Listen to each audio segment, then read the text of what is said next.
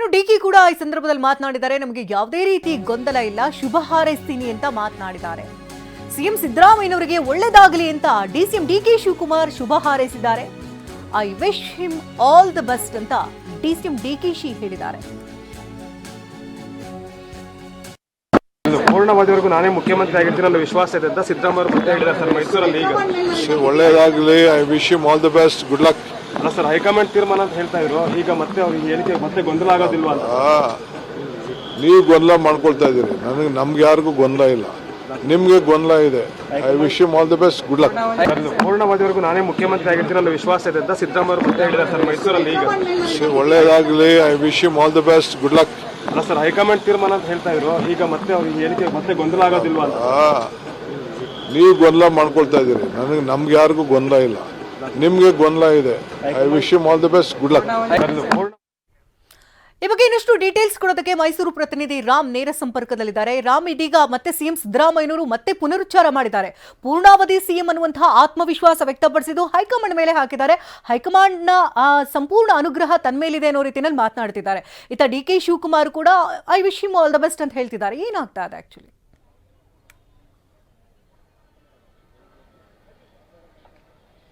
ಶಕುಂತಲಾ, ಖಂಡಿತವಾಗಿಯೂ ಕೆಲ ದಿನಗಳ ಕಾಲ ತಣ್ಣಗಾಗಿದ್ದಂತಹ ರಾಜ್ಯದ ಸಿಎಂ ಕುರ್ಚಿ ಕಾದಾಟ ಈಗ ಮತ್ತೆ ಮುನ್ನೆಲೆಗೆ ಬಂದಿದೆ. ಅದರಲ್ಲೂ ಪ್ರಮುಖವಾಗಿ ಸಿಎಂ ಸಿದ್ದರಾಮಯ್ಯ ಅವರು ಇವತ್ತು ಸಾಕಷ್ಟು ಆತ್ಮವಿಶ್ವಾಸವನ್ನು ವ್ಯಕ್ತಪಡಿಸಿದ್ದಾರೆ. ಅಂದರೆ ನನಗೆ ಹೈಕಮಾಂಡ್ ಮೇಲೆ ಪರಿಪೂರ್ಣವಾದಂತಹ ವಿಶ್ವಾಸ ಇದೆ, ನಾನು ಪೂರ್ಣಾವಧಿ ಸಿಎಂ ಆಗಿರ್ತೇನೆ ಅನ್ನೋ ಒಂದು ವಿಶ್ವಾಸದ ಮಾತುಗಳನ್ನು ಅವರು ಆಡಿದ್ದಾರೆ. ಮತ್ತೊಂದು ಕಡೆ ಇದೇ ಒಂದು ಮಾತಿಗೆ ಪ್ರತಿಕ್ರಿಯೆ ನೀಡಿರುವಂತಹ ಡಿಸಿಎಂ ಡಿಕೆ ಶಿವಕುಮಾರ್ ಅವರಿಗೆ ಒಳ್ಳೆಯದಾಗಲಿ, ನಾನು ಆಲ್ ದ ಬೆಸ್ಟ್ ಅವರಿಗೆ ಅನ್ನೋ ಒಂದು ಮಾತನ್ನು ಹೇಳಿದರೆ ಅದನ್ನ ಮಾರ್ಮಿಕವಾಗಿ ಹೇಳಿದ್ರ ಅಥವಾ ಯಾವ ರೀತಿ ಹೇಳಿದ್ರು ಅನ್ನೋದನ್ನು ಸ್ಪಷ್ಟಪಡಿಸಬೇಕಾಗ್ತದೆ. ಆದರೆ ಪ್ರಮುಖವಾಗಿ ಅವರು ನಮ್ಮಲ್ಲಿ ಯಾವುದೇ ರೀತಿಯಂತಹ ಗೊಂದಲಗಳಿಲ್ಲ ಅನ್ನೋ ಒಂದು ಮಾತನ್ನ ಹೇಳ್ತಾ ಇದ್ದಾರೆ. ಇತ್ತೀಚಿನ ದಿನಗಳಲ್ಲಿ ಅಂದ್ರೆ ಈ ಒಂದು ಚರ್ಚೆ ಏನಿತ್ತು, ಆ ಚರ್ಚೆಗೆ ಒಂದು ತಾತ್ಕಾಲಿಕವಾದಂತಹ ಬ್ರೇಕ್ ಬಿದ್ದಿತ್ತು. ಮತ್ತೆ ಇವತ್ತು ಪ್ರಮುಖವಾಗಿ ಒಂದು ಮಹತ್ವದ ದಿನ. ಅಂದ್ರೆ ಈ ಹಿಂದೆ ದೇವರಾಜ್ ಅರಸು ಅವರು ಏನು ಸಾಧನೆಯನ್ನ ಮಾಡಿದ್ರು, ಈ ರಾಜ್ಯದಲ್ಲಿ ಒಂದು ಅತಿ ಹೆಚ್ಚಿನ ಕಾಲಗಳ ಸಿಎಂ ಆಗಿ ಒಂದು ಅಧಿಕಾರವನ್ನ ವಹಿಸಿಕೊಂಡಿದ್ರು, ಆ ಒಂದು ದಾಖಲೆಯನ್ನ ಮುರಿಯುವಂತಹ ದಿನ ಇವತ್ತು. ಅಂದ್ರೆ ಇವತ್ತಿಗೆ ಕರೆಕ್ಟ್ ಆಗಿ 7 ವರ್ಷ 239 ದಿನಗಳ ಕಾಲ ದೇವರಾಜ್ ಅರಸು ಅವರು ಅಧಿಕಾರವನ್ನ ನಡೆಸಿದ್ರು. ಸಿದ್ದರಾಮಯ್ಯ ಅವರು ಆ ದಾಖಲೆಯನ್ನ ಸರಿಗಟ್ಟಿ 7 ವರ್ಷ 240 ದಿನಗಳ ಪೂರೈಸಿದ್ದಾರೆ. ಹೀಗಾಗಿ ಆ ದಾಖಲೆಯ ನಂತರ ಎಲ್ಲೋ ಒಂದು ಕಡೆ ಈ ಒಂದು ಚರ್ಚೆ ಕುರ್ಚಿಯನ್ನು ಬಿಟ್ಟುಕೊಡುವಂತಹ ಮಾತು ಚರ್ಚೆಗಳು ಆಗ್ತದೆ ಅನ್ನೋ ಮಾತಿತ್ತು. ಆದರೆ ಇವತ್ತಿನ ದಿನವೇ ಅವರು ಈ ರೀತಿಯಾಗಿ ಈ ಹಿಂದೆ ಎಲ್ಲ ಅವರು ನೇರವಾಗಿ ಹೈಕಮಾಂಡ್ ಏನು ತೀರ್ಮಾನವನ್ನು ಕೈಗೊಳ್ತಾರೆ ಅದಕ್ಕೆ ನಾನು ಬದ್ಧವಾಗಿರ್ತೇನೆ ಅನ್ನೋ ಮಾತನ್ನ ಹೇಳಿದ್ರು. ಆದರೆ ಇವತ್ತು ಹೇಳಿದಂತಹ ಮಾತೇನಿತ್ತು, ಅದು ಪರಿಪೂರ್ಣವಾದಂತಹ ವಿಶ್ವಾಸ ನನಗೆ ಹೈಕಮಾಂಡ್ ಮೇಲೆ ಇದೆ, ಮತ್ತೆ ಪೂರ್ಣಾವಧಿಯ ಸಿಎಂ ಆಗಿರುವಂತಹ ವಿಶ್ವಾಸ ಸಹ ಇದೆ ಅಂತ ಹೇಳಿದ್ರೆ, ಇದರ ಜೊತೆಗೆ ಕೊನೆಯದಾಗಿ ಅವರು ಒಂದು ಲೈನ್ ಅನ್ನು ಸೇರಿಸ್ತಾರೆ, ಹೈಕಮಾಂಡ್ ಈ ಬಗ್ಗೆ ತೀರ್ಮಾನವನ್ನ ಕೈಗೊಳ್ತದೆ ಅಂದ್ರೆ ಈಗಾಗಲೇ ಅವರು ಏನು ಆಶಯವನ್ನು ವ್ಯಕ್ತಪಡಿಸ್ತಾ ಇದ್ದಾರೆ ಅದರ ಬಗ್ಗೆ ಹೈಕಮಾಂಡ್ ತೀರ್ಮಾನವನ್ನು ಕೈಗೊಳ್ತದೆ ಅನ್ನೋ ಒಂದು ಮಾತನ್ನು ಅವರು ಹೇಳ್ತಾ ಇದ್ದಾರೆ. ಇದು ಖಂಡಿತವಾಗಿ ಒಂದು ರೀತಿಯಾದಂತಹ ಗೊಂದಲಗಳಿಗೆ ಕಾರಣವಾಗೋದಂತೂ ಸತ್ಯ.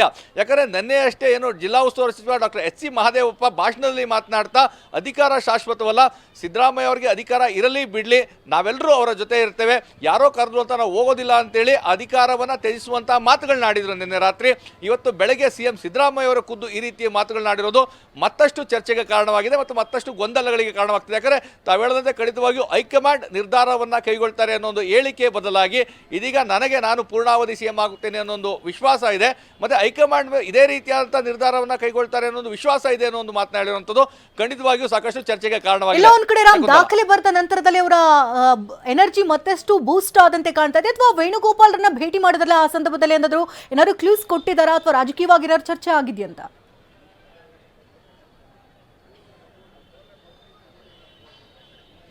ಖಂಡಿತವಾಗಿ ಶಕುಂತಲಾ, ಏನು ದೇವರಾಜ್ ಅರಸು ಅವರ ಮಾದರಿಯಲ್ಲಿ ಅಂತೇಳಿ ಹೇಳಿಕೆಯನ್ನು ಕೊಡ್ತಾ ಇದ್ರು, ಅವದೇ ದಾಖಲೆಯನ್ನು ಮುರಿದಿರುವಂಥದ್ದು. ಮತ್ತು ದಾಖಲೆ ಬಗ್ಗೆಯೂ ಸಹ ಅವರು ಸ್ಪಷ್ಟನೆಯನ್ನು ಕೊಟ್ಟರು, ನನಗೆ ಈ ದಾಖಲೆಗಳೆಲ್ಲ ಗೊತ್ತಿಲ್ಲ, ಆದರೆ ಜನರ ಒಂದು ಪ್ರೀತಿ ಮತ್ತು ವಿಶ್ವಾಸದಿಂದ ಆ ದಾಖಲೆ ಮುರಿಯುವಂಥ ಕೆಲಸ ಆಗಿದೆ ಅನ್ನೋ ಒಂದು ಮಾತನಾಡಿದರು. ಇದರ ಜೊತೆಗೆ ಏನು ವೇಣುಗೋಪಾಲ್ ಮೈಸೂರಿಗೆ ಆಗಮಿಸಿದ್ರು, ಮೈಸೂರು ವಿಮಾನ ನಿಲ್ದಾಣದಲ್ಲಿ ಭೇಟಿಯಾಗಿ ಸುಮಾರು ಅರ್ಧ ಗಂಟೆಗಳ ಕಾಲ ಚರ್ಚೆಯನ್ನು ನಡೆಸಿದ್ರು.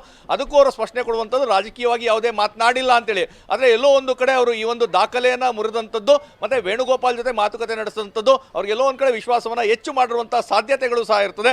ಯಾಕಂದ್ರೆ ಈ ಹಿಂದಿನ ಹೇಳಿಕೆಗಳಲ್ಲಿ ಅವರು ಹೇಳ್ತಾ ಇರುವಂತದ್ದು ಹೈಕಮಾಂಡ್ ನಿರ್ಧಾರವನ್ನ ಕೈಗೊಳ್ತದೆ, ಹೈಕಮಾಂಡ್ ಏನು ಹೇಳುತ್ತದೆ ಅದಕ್ಕೆ ನಾನು ಬದ್ಧವಾಗಿರ್ತೇನೆ ಅಂತೇಳಿ. ಆದರೆ ಇವತ್ತು ಹೇಳಿದಂತಹ ಹೇಳಿಕೆ ಹೈಕಮಾಂಡ್ ಇದೇ ರೀತಿಯಾಗಿ ಒಂದು ನಿರ್ಧಾರವನ್ನ ಕೈಗೊಳ್ಳುವಂತಹ ವಿಶ್ವಾಸ ನನಗೆ ಇದೆ, ಪೂರ್ಣಾವಧಿಗೆ ನಾನು ಸಿಎಂ ಆಗಿರ್ತೇನೆ ಒಂದು ವಿಶ್ವಾಸದ ಮಾತುಗಳನ್ನ ಆಡ್ತಾ ಇದ್ದಾರೆ. ಮತ್ತೊಂದು ಕಡೆ ಯಾವುದೇ ರೀತಿಯಂತಹ ಗೊಂದಲಗಳಿಲ್ಲ ಅಂತ ಹೇಳ್ತಾ ಇದ್ದಂತಹ ಡಿ ಕೆ ಶಿವಕುಮಾರ್ ಅವರಿಗೆ ಈ ಬಗ್ಗೆ ಪ್ರತಿಕ್ರಿಯೆಯನ್ನ ಕೇಳಿದಂತಹ ಸಂದರ್ಭದಲ್ಲಿ ಅವರು ಈ ರೀತಿ ಪೂರ್ಣಾವಧಿ ಸಿಎಂ ಆಗೋದಾದ್ರೆ ನಾನು ಅವ್ರಿಗೆ ಒಳ್ಳೇದಾಗಲಿ ಅನ್ನೋದನ್ನೇ ಬಯಸ್ತೇನೆ, I wish him all the very best ಅಂತೇಳಿ ಹೇಳಿ ಅಲ್ಲಿಂದ ಹೋಗುವಂಥದ್ದನ್ನು ನೋಡಿದ್ದೇವೆ. ಅದೇ ಅಂದರೆ ಮಾರ್ಮಿಕವಾಗಿ ಆ ಒಂದು ವಿಷಯಗಳನ್ನ ಮಾಡಿದ್ರ ಅಥವಾ ಈ ಹಿಂದೆ ಏನು ಒಪ್ಪಂದಗಳಾಗಿದ್ದಾವೆ ಅದ್ರ ಬಗ್ಗೆ ಕಾಯ್ತಾ ಇದ್ದಾರೆ. ಮತ್ತೆ ತಾವು ಹೇಳ್ದಂಗೆ ಖಂಡಿತವಾಗಿಯೂ ಆ ದಾಖಲೆ ಸರಿಗಟ್ಟಿದ ನಂತರ ಸಿದ್ದರಾಮಯ್ಯ ಅವರು ಎಲ್ಲೋ ಒಂದು ಕಡೆ ಕುರ್ಚಿಯನ್ನ ಬಿಟ್ಕೊಡ್ತಾರೆ ಅನ್ನೋ ಒಂದು ಚರ್ಚೆಗಳು ಅಲ್ಲಲ್ಲಿ ಕೇಳಿ ಬರ್ತಾ ಇದ್ವು. ಆ ದಿನವೂ ಸಹ ಇವತ್ತು ಬಂದಿದೆ. ಹೀಗಾಗಿಯೇ ಒಂದು ಏನು ನವೆಂಬರ್ ಕ್ರಾಂತಿ ಅಂತಾಯಿತು, ನಂತರ ಡಿಸೆಂಬರ್ ಕ್ರಾಂತಿ ಅಂತಿತ್ತು, ಇದೀಗ ಸಂಕ್ರಾಂತಿಯಲ್ಲಿ ಕ್ರಾಂತಿ ಆಗ್ತದೆ ಅನ್ನೋ ಒಂದು ಚರ್ಚೆ ಈಗ ಆರಂಭವಾಗಿದೆ. ಆ ಸಂಕ್ರಾಂತಿಯ ಚರ್ಚೆಗೆ ಹೊಸದೊಂದು ಆಯಾಮವನ್ನ ಸಿಎಂ ಸಿದ್ದರಾಮಯ್ಯ ಅವರ ಹೇಳಿಕೆ ನೀಡಿದೆ ಅಂದ್ರೂ ಸಹ ತಪ್ಪಾಗಲಾರದು. ಶಕುಂತಲಾ, ಧನ್ಯವಾದ ರಾಮ್ ತಮ್ಮೆಲ್ಲ ಅಪ್ಡೇಟ್ಸ್ಗಾಗಿ.